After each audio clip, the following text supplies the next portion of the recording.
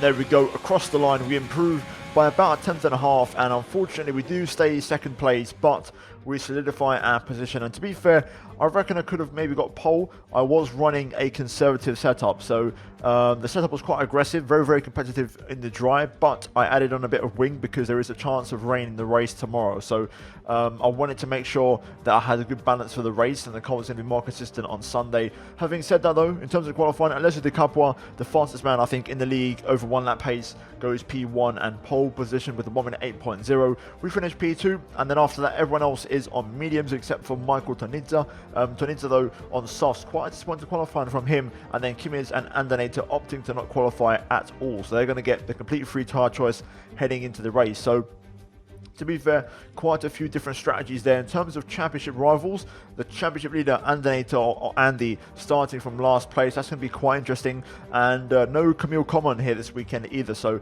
things could get very tasty. But with that said, we move into the start of the race. First of all, looking at the strategy, you can see on screen the rain arriving halfway through the race, so we're going to go for the soft tires to start with in principle, and then move on to the hard compound tires. But again, it could be mediums, it could be another set of soft tyres. We may not stop at all. It literally entirely depends when the rain arrives. Fuel-wise, I'm running 36 laps exactly, so no more and no less. So hopefully we can try and manage that well. With that said, we move to the start of the race and towards the end of the formation lap. So just making sure everything's in the right window, you know, temperatures, making sure everything's perfect. The soft tyres are quite easy to overheat around here, so it's important to make sure you drive smooth and to a certain limit in a way that you don't kill the tyres off too quickly. But nonetheless, it's a short run to the first corner, so the start is absolutely key. So here we go then, getting ready for the 5 red lights. Let's see if we can get a good start here for the Dutch Grand Prix. Lights out and away we go, and it's actually not a bad start. We get off slightly better than Alessio, and we're going to go down the inside into turn 1, use the banking to our advantage to make the move. We give him a bit of a squeeze, bit of oversteer on the exit there, but we do just about edge in front and take the lead of the race here straight away, and that is exactly what we needed, because that was so key for us. Alessio drops down to P2, Warren, Paris and Failer behind on medium. So the plan is simple: try and push and pull away and hopefully open up a gap to the guys on the mediums, because myself and Alessio are on a different strategy, you know, in terms of the tyres, and also depending when the rain arrives. We need to make sure we maximise this stint. So early on, I set about going about our business, trying to make sure we pull away, and we're going to see what kind of pace we have. Straight away, I can notice through the corners, I seem to have a lot more downforce than Alessio, but on the straights, I could see in the Delta, we was really slow, losing like a tenth a straight pretty much. Like, I've got very high wings on the car, so it was going to be interesting to see how this one kind of panned out. So as you can see, towards the end of the lap, 1/2 second gap to Alessio, 1.1 to Warren, so the medium tyre guys already kind of dropping back a little bit here. But onto the pit straight for the first time, and you can see Alessio less than ½ second behind. Look at the Delta. He's just closing in so quickly, and he's actually going to attack us into turn 1. Around the outside he goes. We defend the inside line, but that is how slow we are on the straights. Even without DRS, Alessio is absolutely flying, and we've got no response for that. So unfortunately, it could be tricky for us to stay ahead, because the Ferrari seems to have a lot more straight line speed than us in this race. And we cut on to the end of lap 2 now, onto the start of lap 3, and again, you can see the arrow in the bottom of the screen. Alessio in the mirrors getting a lot closer here. We go defensive one more time, but this time the Ferrari down the inside into the first corner. We tried to go very deep on the brakes and hold it with the banking, and we do just that and manage to hold on crucially to the lead of the race. And we are still P1 here in Zandvoort on lap number 3. But you know what they say, third time is the charm, and this time with some DRS assistance, Alessio was going to be a lot closer, and he is going to try and get the job done this time. You can see I'm not even defending this time, because he's just got so much more speed than me. You can see the difference in straight line speed. This time I knew he was going to get me, so unfortunately we had to let it go. But having said that, I'm not too concerned, because I feel like I want to just follow him and use Alessio to pull away from the rest of the pack. So he sets a new fastest lap. The gap behind was now going up to 2.2 seconds. We set a personal best following Alessio thanks to some DRS help. So I'm quite happy here. You know, the pace is good. Alessio's not pulling away, and I can manage this beautifully, and also manage my fuel and also my tyres and DRS. So for me, this works quite well. On lap 7, the first drops of rain started to fall, and this is when things got very tasty for us, because, you know, we was meant to pit on lap 8, but because of this rain, we're going to try and stay out a little bit. So we're going to see how far we can take these soft tyres and hopefully go straight onto the inters. And you can see in front of us, Alessio having a couple of lockups like myself. You know, we're just generally struggling a little bit of a pace, but you can see behind us, we're still pulling away from the guys on mediums. Even now, after 10 laps, these soft tyres getting pretty second hand. We are still opening a gap, and that gap now is 4 seconds to Paris behind us as we go into lap 11. Now, the team wants to pit again this lap. This is my alternate strategy pit stop lap, as Scrippy retires from the race, and we're going to go down to 8 runners only in this race here today, which is a real shame, but that's just the way it is, and not ideal for AOR. But as you can see on screen, that retirement has triggered the safety car. Now this is massive for myself and Alessio, because of course we're trying to stay out the soft tyres. It means we can box for the inters. It's a free pit stop, and there's no pain to take, and everyone behind us is going to follow us in anyway, so happy days. It means we don't lose out, and in the end, qualifying on soft tyres was worth it. So you can see Alessio goes into his pit box. We're going to go into R1. Pit stops are standard in online racing, so 2.6 seconds for everybody. We do almost get Alessio there, and we just managed to get ahead of the Haas of Paris. But here we go then, rejoining on the inters, and the rain now in full effect here today at Zandvoort. So this has now become effectively a wet weather race, and this is where I'm hoping my setup adjustments can help me out, and we can try and show some pace. So we skip on to the restart, and to be fair, a pretty interesting restart. Alessio going very slowly before the final corner, which is totally fair. You know, he's entitled to do that, but it was losing us so much temperature in the tyres. But eventually things got back underway here for the restart, and to be fair, we got away pretty well. The downforce helping us out there, getting some good traction through the banking, and you can see we've got a nice gap behind already, 7/10 to Paris behind us. And the good thing about this weather is, of course, no DRS, which means we shouldn't be suffering too much with our setup and low straight line speed. And fingers crossed we could try and put a challenge on Alessio, who seems to be very quick around here, but I feel like if I play it right, we can definitely challenge. So here we are then, cutting on to a couple laps later, lap 17. You can see behind us Paris just about hanging on to that 1 second window. Meanwhile, Alessio is just 6/10 up the road. I'm just kind of following him at the minute, trying to manage his pace. He was actually surprisingly quick in these conditions, considering I'm guessing he had a pretty low downforce with the higher top end speed.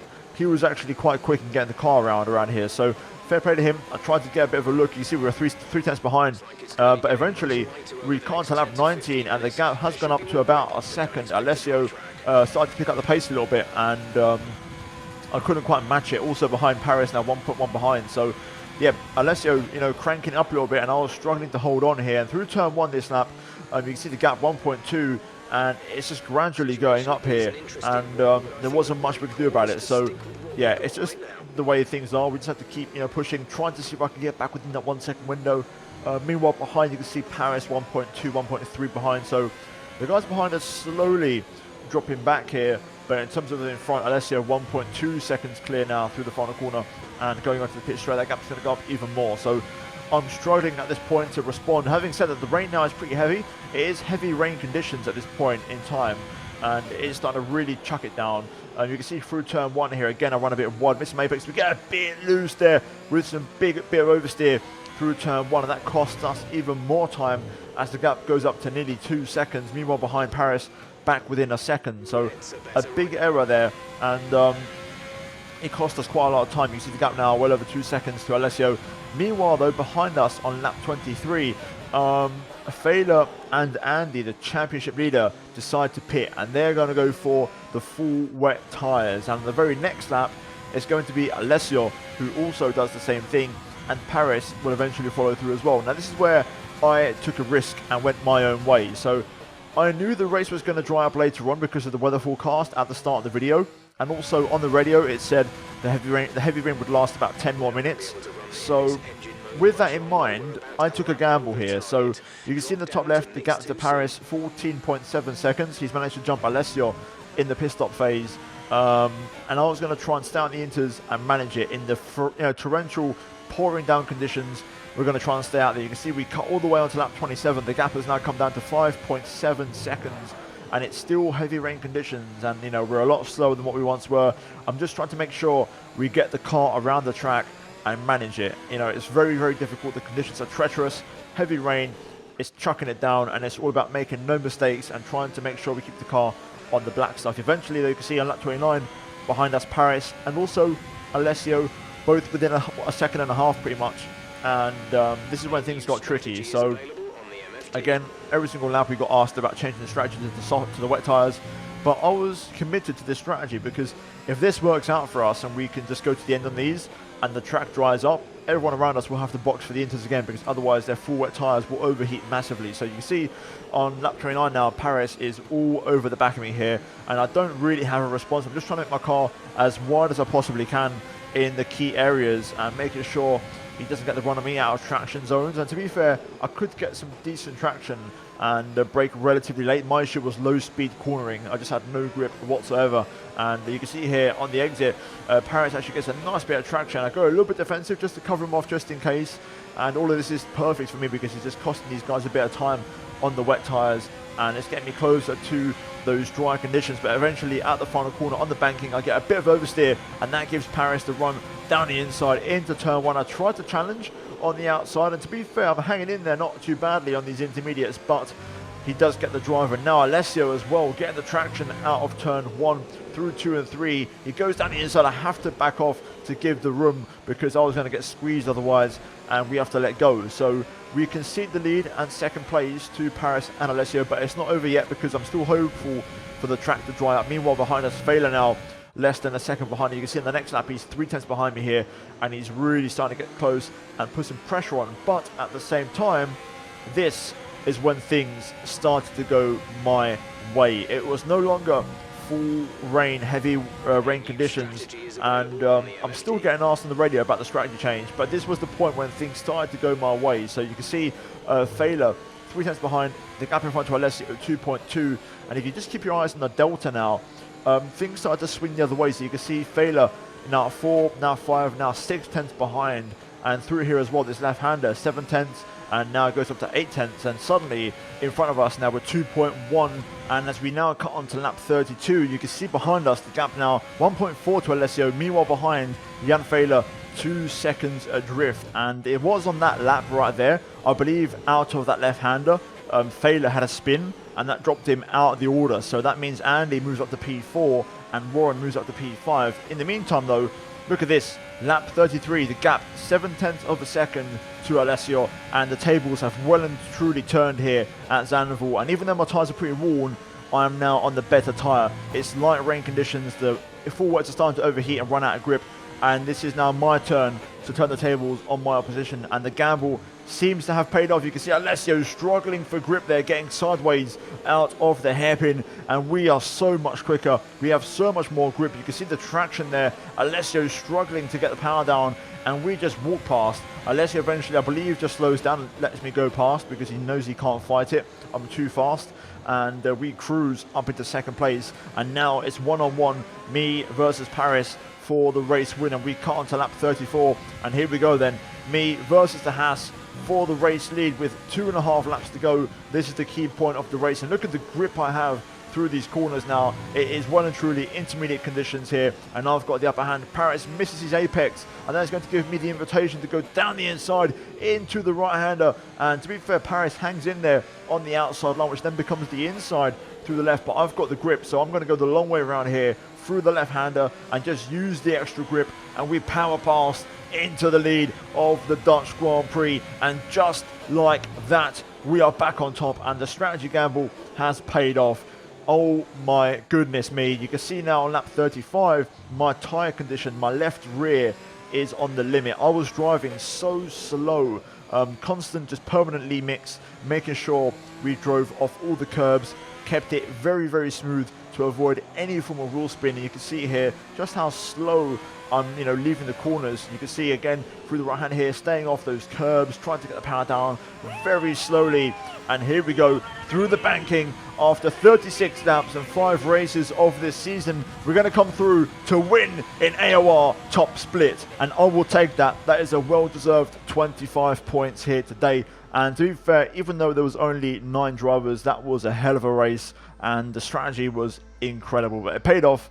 We took the gamble. We was the only driver to not go onto the full wet tyres, and that was the lottery ticket, the winning ticket, you could say. And we fully deserved the 25 points this weekend. And finally, I managed to put together a full flawless race weekend. You can see Paris gets P2, Alessio finishes in P3, Warren gets P4 ahead of Andy, who actually had a 3-second time penalty, so the championship leader only finishes P5 here today. Fehler with that spin, I believe, P6 ahead of Kimiz, Tonidze and Scrippy. So a massive race for us in the championship here today, and with that we move into the driver standings. And after that huge win, we jump up to P4, we gain 2 places, move ahead of Camille Common and Warren, and we are just 8 points off the top of Andy, so we are firmly in the mix for the Drivers' Championship, and things are looking very good as we then move finally into the Constructors' standings. You can see we are in 5th place and 20 points off Ferrari, to be fair, so quite a mountain to climb, but still 23 points clear of Renault as well, so we're kind of in the middle there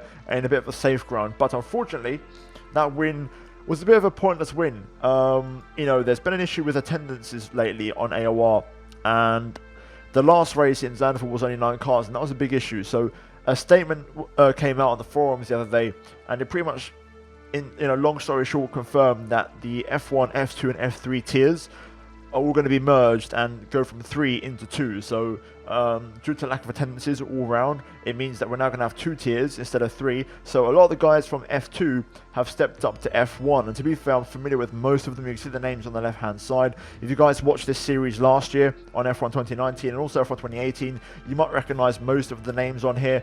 For example, Dave Gaming as well, who's an F2. You might recognize him, of course, a big German YouTuber as well.